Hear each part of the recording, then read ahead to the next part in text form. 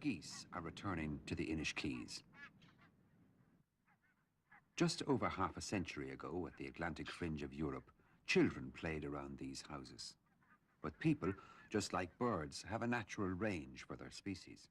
There's a limit to the hardship they'll endure. And when people relinquish one of the harsher corners of the earth, other species move back in.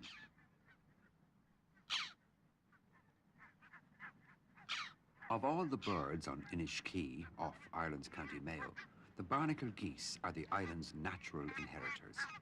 Long before people of any sort tried living here, the island was part of goose territory, a territory stretched across 2,000 miles. These birds have flown in from Greenland, where they nested on cliffs in the valleys. In the autumn, as frost reclaims the Arctic tundra, the barnacles fly south.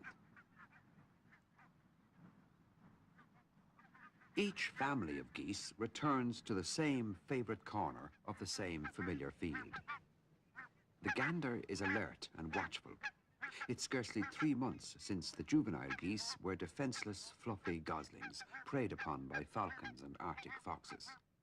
Now, still marked out by the brown tinge to their wing coverts, their plumage has almost reached an adult perfection. But they've some way to go to match their father's strength and glossiness.